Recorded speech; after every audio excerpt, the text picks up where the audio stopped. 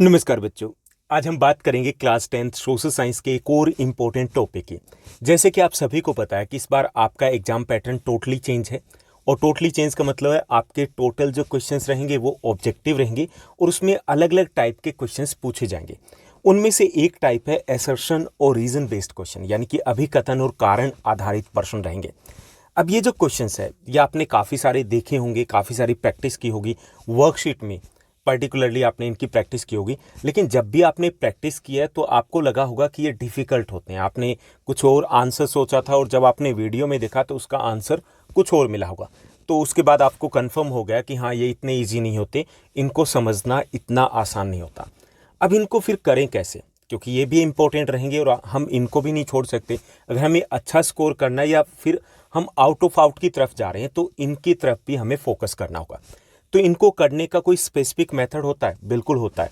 हम यहाँ पर इस वीडियो में समझेंगे कि अगर इस टाइप के क्वेश्चंस आते हैं तो उनको हमें सॉल्व कैसे करना है। ठीक, तो चलिए शुरुआत करते हैं इस वीडियो की। तो सबसे पहले जो सबसे इंपॉर्टेंट होता है कि ये है क्या, इन क्वेश्चंस को हमें समझना है, ये क्वेश्चंस है क्या। तो एसर्शन और रीजन बेस्ड जो क्वेश्चन होते हैं, हिंदी में कहें तो ये अभिकथन हो सकता है, कथन हो सकता है, स्टेटमेंट कह लीजिए इंग्लिश में, या इसको कारण कह लीजिए। ओके, यानी कि इसका मतलब क्या है कि एसर्शन मतलब अभिकथन है, कथन है, स्टेटमेंट है। अब फिर भी आपको लग रहा है कि बड़ा भारी भारी सा हो रहा है, मतलब कुछ समझ में नहीं आ रहा है क्या ये चीज़। तो ये जो क्या है, आप इन सब चीज़ों को भूल जाइए। ओके, जैसे don't be confuse with the word assertion और रीजन। अभिकथन है, ये कथन है, ये स्टेटमेंट है, ये कारण है। इन जो दो वर्ड्स दिए गए इनके साथ हमें कंफ्यूज नहीं होना, छोड़ दीजिए क्या है। हमें क्या समझना है, हमें ये समझना है कि ये दो सिर्फ सेंटेंस दिए गए। क्या दिए गए? दो सेंटेंस दिए गए, दो वाक्य दिए गए। ओके, समझ में आ गया। अब उनको पढ़ना है, क्योंकि ये जो असर्शन या रीजन बेस्ड क्वेश्चंस की जब हम बात करते हैं तो हम माइंड में ये सोचते हैं कि नहीं, कुछ अलग चीज़ देगी। अलग चीज़ नहीं देगी। आपकी बुक में से दो सेंटेंस उठाए जाते हैं, दो स्टेटमेंट उठाए जाते हैं। ठीक, अब दो स्टेटमेंट है, उनको हमें पढ़ना है। तो पहली चीज़ तो ये कि अपने माइंड में ये मत रखिए कि असर्शन और रीजन बेस्ड क्वेश्चन आ गया, अच्छा भाई यहाँ तो अलग से टेक्नोलॉजी हमें यूज़ करनी होगी, अलग से टेक्निक हमें लगानी पड़ेगी, अलग तरीके से सोचना पड़ेगा। ऐसा कुछ नहीं है। ये दो स्टेटमेंट है, दो वाक्य है। ओके, हो सकता है कि अगर ये वाक्य दिए जाएं, 10 अगर ये सेंटेंसेस दिए जाएं तो उनमें से एक या दो डिफिकल्ट हो सकता है। क्या हुआ, वो तो हम जब बुक रीड करते हैं तो तब भी कुछ डिफिकल्ट सेंटेंसेस आते हैं ना, हो सकता है। अदरवाइज तो जनरल सेंटेंसेस होते हैं, उनको हम समझ लेते हैं। तो पहली चीज़ ये कि ये अभिकथन, कथन या स्टेटमेंट है, नॉर्मल सेंटेंसेस है। ओके, इनमें से एक कारण है, उसको भी भूल जाइए कि ये कारण है या नहीं है, वो बाद में हम देखेंगे।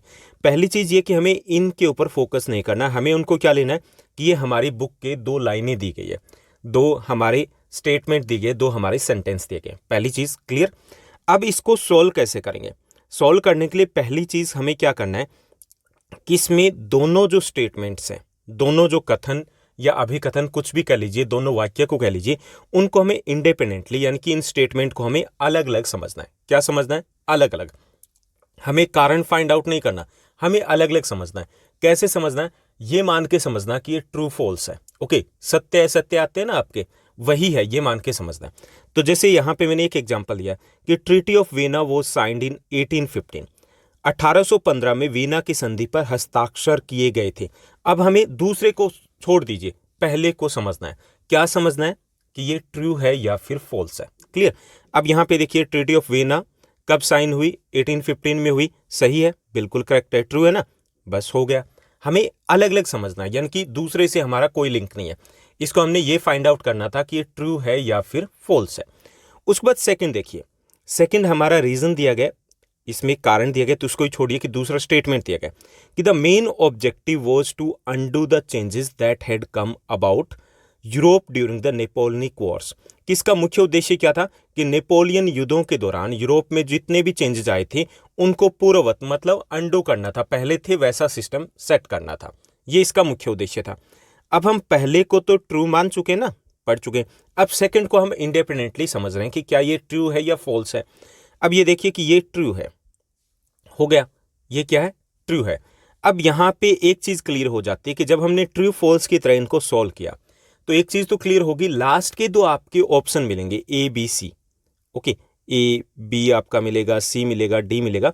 तो अगर ये दोनों ट्रू है तो इसका मतलब लास्ट वाले में तो बात की गई कि if A false, if B false, if both false, ऐसी बात की गई, यानी कि ये ऑप्शन तो आपके नहीं हो सकते। ओके, दोनों ट्रू है, तो सी और डी ऑप्शन हमारे गए। ओके, अगर इनमें से कोई एक फॉल्स हो, एक फॉल्स हो, तो इसका मतलब है कि हमारे ए और बी स्टेटमेंट जो आंसर है वो नहीं हो सकते, यानी आधा काम तो यही हो जाएगा अगर हम इसको ट्रू फॉल्स की तरह हम खेलते हैं इनके साथ, इनको समझने की कोशिश करते हैं। क्लियर? तो हमें इंडिपेंडेंटली समझना है सबसे पहले। क्लियर? यानी कि हमें ना तो असर्शन रीजन के ऊपर ज़्यादा फोकस देना कि पता नहीं क्या ही चीज़ है, कुछ नहीं है, ये स्टेटमेंट है सिंपल, और दूसरा ये कि हमें इनको ट्रू फॉल्स की तरह लेना है कि यह ट्रू है या फिर फॉल्स है। ट्रू फॉल्स अगर बोथ ट्रू है तो हमारा सी और डी नहीं हो सकता ऑप्शन, और अगर बोथ में से कोई एक सिंगल भी, अगर हमारा सिंगल इनमें से कोई ए या बी जो दिया गया वो स्टेटमेंट अगर हमारा फॉल्स हो जाता है तो ए और बी हमारा आंसर नहीं होगा। इतनी क्लियर हो जाएगी हमारे लिए, यानी कि उसके बाद दो के ऊपर ही हमें थोड़ा समझना पड़ेगा, तो चांसेस और आधे 50% चांसेस तो कम हो गए ना रॉन्ग होने के। अब उसके बाद हमें क्या करना है कि ये हमने कर लिया, उसके बाद हमें एक और चीज़ पे भी ध्यान रखना है जब इस टाइप के क्वेश्चंस को हम सॉल्व करते हैं कि read carefully between the lines. हमें ध्यान से इसको पढ़ना है। जैसे कई बार कोई वर्ड दे दिया जाता है, not, correct, true, false, incorrect, excluding, okay, इस टाइप के वर्ड्स दे दिए हमने जल्दबाजी में। किन बच्चों के साथ होगा? जो ओवर कॉन्फिडेंट है। ओवर कॉन्फिडेंट का मतलब ये नहीं कि ओवर कॉन्फिडेंट वैसे जनरल है, मतलब उनकी तैयारी बहुत अच्छे से चल रही है और एक लाइन को पढ़ा और मस्त लगी कि ठीक है हो गया, लेकिन हमने इन छोटे छोटे वर्ड्स के ऊपर ध्यान ही नहीं दिया। तो हमें इन स्टेटमेंट्स में ये लाइंस भी ध्यान से देखना है कि यहाँ पे not, correct, true, false, incorrect, इस टाइप के कोई वर्ड तो नहीं लिखे हुए। जैसे यहाँ पे देखिए कि यहाँ पे असर्शन दिया गया, agriculture is not the primary activity of India. अब ये नॉट से सब कुछ चेंज हो गया, नहीं से सब कुछ चेंज हो गया। भारत की मुख्य गतिविधि कृषि है, ट्रू है। नोट है अगर हमने ध्यान नहीं दिया जल्दबाजी में, क्योंकि उस वक्त एग्जाम का एक प्रेशर होता है अलग लेवल का, और मोस्ट प्रोबेबली इस टाइप के क्वेश्चंस हो सकता है आप लास्ट में सॉल्व कर रहे हो, तो उस वक्त हम ध्यान ना दें तो गड़बड़ हो जाएगी। तो हमें इन वर्ड्स के ऊपर भी ध्यान देना है, स्पेशली कब? यहाँ पे तो ये सिंपल सेंटेंस है, जो स्टेटमेंट थोड़ी सी लेंथी होगी वहां पर इस टाइप के वर्ड्स आपको मिल सकते हैं, तो उनके ऊपर भी हमें फोकस करना है ताकि हम ठीक से करेक्ट आंसर दे पाएं, ट्रू फॉल्स हम जब फाइंड आउट करें। जैसे यहाँ देखिए कि भारत की मुख्य गतिविधि कृषि नहीं है, यहाँ पे agriculture is not the primary activity of India, and इसकी 2/3 आबादी कृषि गतिविधियों में लगी है। तो यहाँ पे तो ऐसा कुछ नहीं है, 2/3 of its population is engage in agriculture activities. अब यहाँ पर अगर हमने इस पे नोट पे ध्यान नहीं दिया, इट मीन्स दैट हमारा ऑप्शन ही रॉन्ग हो जाएगा, तो इसके ऊपर हमें फोकस करना है। क्लियर? यानी कि सबसे पहले क्या करना है, हमें इनको एज ए सेंटेंस लेना है कि 2 वाक्य दिए गए, ओके। उसके बाद ट्रू फॉल्स हमें फाइंड आउट करना है कि कौन सा ट्रू है कौन सा फॉल्स है, और उसके बाद ये भी देखना है ट्रू फॉल्स फाइंड आउट करते थोड़ा सा ध्यान से रीड करना है बिटवीन द लाइंस कि कहीं पे not, correct, incorrect, true, false ऐसा कोई वर्ड तो यूज नहीं किया गया, ओके। उसके बाद हमें क्या करना है, इन जो स्टेटमेंट्स है इसमें हमें रिलेशन फाइंड आउट करना है। क्लियर? वो भी बताता हूं कि रिलेशन कैसे फाइंड आउट करना है, यानी कि यहां पे हम देखेंगे कि क्या वो करेक्ट एक्सप्लेनेशन है या नहीं है उसकी। ठीक, जैसे नाम तो रीजन दिया गया, रीजन जरूर नहीं कि उसमें रीजन मतलब कारण ही दिया गया, उसकी एक्सप्लेनेशन होनी चाहिए कि वो जो पहला स्टेटमेंट है, जैसे स्टेटमेंट ए है आपका, असर्शन ए है, अभिकथन ए है, क्या वो बी है वो इसी के बारे में कुछ बता रहा है, ये हमें देखना है। यानी कि ट्रू फॉल्स देख लिया तो क्या हो गया हमारा, ये क्लियर हो गया कि हमारे कौन से 2 ऑप्शन में से आंसर होगा। क्लियर? जैसे मान लीजिए कि उनमें से एक आपका पहला, एक और चीज भी आपको बताता हूं कि जैसे ए, बी, सी, डी ये हो गया, इनमें से अगर एक उनमें से फॉल्स हो जाता है, ए और बी में से एक फॉल्स हो गया, तो हमें ये कारण फाइंड आउट ही नहीं करना है। तो क्या नहीं करना, हमें ये जो एक्सप्लेनेशन है इसको फाइंड आउट ही नहीं करना, हमें सी और डी के ऊपर ही जाना है। क्लियर? हमें फाइंड आउट ही नहीं करना। अगर दोनों ट्रू है तब हमें सी और डी के ऊपर नहीं जाना, तब हमें ये संबंध, रिलेशन देखना है कि इन दोनों का आपस में क्या रिलेशन है। ठीक, चलिए एग्जाम्पल को देखते हैं। एग्जाम्पल दिया गया कि a major step towards decentralisation was taken in 1992 by amending the constitution, कि विकेंद्रीकरण की दिशा में एक बड़ा कदम था, वो 1992 के संविधान में संशोधन करके उठाया गया था। यानी कि 1992 में संविधान संशोधन किया गया था 1992 में, उसके द्वारा विकेंद्रीकरण के दिशा में कदम उठाया गया था। अब सही है स्टेटमेंट तो बिल्कुल ट्रू है ना, बिल्कुल ट्रू है। कि 1992 में हमारे कॉन्स्टिट्यूशन को अमेंड किया गया था और डिसेंट्रलाइजेशन यानी कि शक्तियों को क्या किया गया था, सेंट्रल गवर्नमेंट और स्टेट गवर्नमेंट से लेकर के लोकल गवर्नमेंट को दी गई थी। ट्रू है ना ये? ओके, ट्रू है। अब हमें उसको देखना कि ये ट्रू है या फॉल्स है। ये है constitution was amended to make the third tier of democracy more powerful and active. Constitution को क्यों अमेंड किया गया था कि लोकतंत्र के तीसरे सत्र को, तीसरे लेवल की जो गवर्नमेंट है उसको ज़्यादा शक्तिशाली और सक्रिय बनाने के लिए ऐसा किया गया था। तो ये भी है। ओके, पहली चीज़ तो हम ये देखेंगे, फिर हम देखेंगे कि क्या इसी के बारे में बता रहा है। विकेंद्रीकरण है, इसकी बात की गई यहाँ पर। अब ये जो है ये भी इसी के बारे में बता रहा है कि ये विकेंद्रीकरण किया क्यों गया था। यहाँ किया गया ना कि ये संशोधन किया गया था संविधान में विकेंद्रीकरण के लिए, तो ये विकेंद्रीकरण या संविधान में संशोधन क्यों किया गया था, इसी को एक्सप्लेन किया गया ना एक्सप्लेन। तो ये आपका क्या हो जाएगा, ये करेक्ट एक्सप्लेनेशन है, यानी कि आपका ए करेक्ट आंसर हो जाएगा, यानी कि बोथ ए और बी करेक्ट है, ट्रू है, और जो बी है वो ए की करेक्ट एक्सप्लेनेशन है। तो आपको क्या देखना है कि यहाँ पर जो मेन टर्म दी गई है क्या उसी के बारे में एडिशनल इंफॉर्मेशन दे रहे हैं।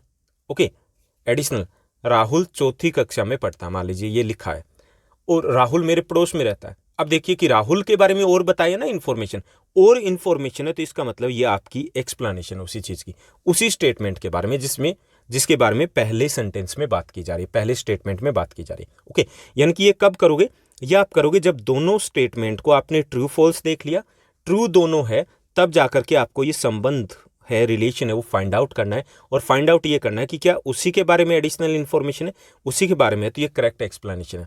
उसी के बारे में नहीं है कि यहाँ पे कुछ और बात की जा रही है। ओके, यहाँ पे बात की गई विकेंद्रीकरण की, और यहाँ पर अगर बात की जा रही है कुछ और, ठीक, यहाँ पे बात की जा रही है टाइप्स ऑफ पावर शेयरिंग की, तो इसका मतलब क्या है कि यहाँ पर ये दोनों ट्रू तो हो सकते हैं लेकिन ये उसकी करेक्ट एक्सप्लेनेशन ही होगी। तो ये हमें फाइंड आउट करना है सबसे लास्ट में, ठीक। उसके बाद एक और चीज आपके लिए इंपॉर्टेंट रहेगी, read the options carefully, correctly आपको रीड करना है, ऑप्शन को ध्यान से देखना है। ऐसा क्यों देखना है, ऐसा ये देखना है कि कई बार ये कंफ्यूज हो जाते हैं हम ऑप्शंस को देख करके कि ए बी हमने ऊपर रीड कर लिया, उसके बाद एक ट्विस्ट उसमें आ सकता है। क्या आ सकता है कि जो आपका डी ऑप्शन है, डी ऑप्शन कुछ अलग भी हो सकता है। आपने जो वर्कशीट में किया है, वर्कशीट में क्या किया है कि पहला जो आपका ए ऑप्शन होता है, ए ऑप्शन होता है कि जनरली कि if A and B both true and A है, जो बी है वो ए की करेक्ट एक्सप्लेनेशन है, तब हम क्या जाते हैं, ए के साथ जाते हैं। बी में क्या होता है कि दोनों ट्रू तो है लेकिन बी करेक्ट एक्सप्लेनेशन ही है। सी में हमने किया था कि इसमें ए ट्रू है लेकिन बी फॉल्स है। डी में हमने किया था कि इसमें बी ट्रू है लेकिन ए फॉल्स है। लेकिन ऐसा भी हो सकता है आपके एग्जाम में कि डी चेंज करके दे दे, डी में ये दे दिया जाए कि both A and B are false, ऐसा ऑप्शन दे दें।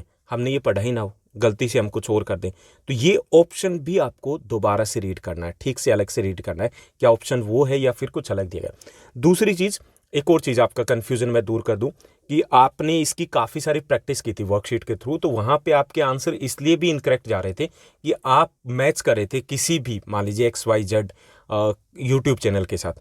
तो हो सकता है कि वो टीचर साइंस का रहा हो, वो टीचर मैथमेटिक्स का रहा हो, सोशल साइंस की सिर्फ आपकी वर्कशीट डालता हो, तो इसलिए वहाँ पर आंसर कुछ और दिया गया और आपने करेक्ट दिया गया।